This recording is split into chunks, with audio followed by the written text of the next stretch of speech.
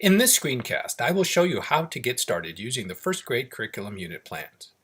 As you begin using the district's new plans, it is helpful to know that they are a resource to guide your lesson plan development.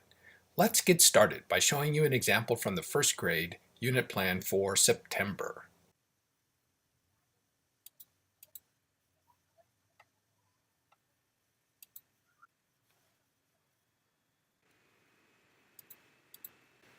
Look at all those targeted standards listed for the month of September.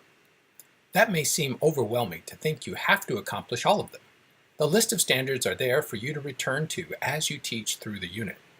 Let's look at a way to break the curriculum into smaller, more manageable chunks with the standards.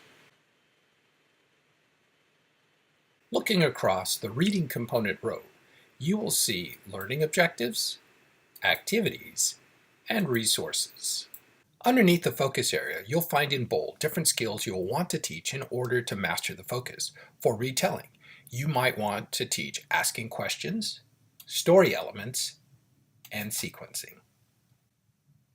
Underneath each bold area, you will find different ways that these skills might be taught. Remember, this is a month-long unit, so there are many suggested ways to teach these skills. Pick and choose based on the needs of your class. Lessons might also be repeated multiple times throughout the month with a different text. You do not have to use all of the lesson ideas. If you have different ways to teach the focus area or targeted skills, bring in your own strategies and resources. The resources that could be used to teach this reading component are listed in the far right column as teacher resources and student resources. Altogether, these form the pedagogical practices of teaching and learning for the reading mini lesson. All of the activities and resources are derived from Common Core state standards. Look at the second column from the left.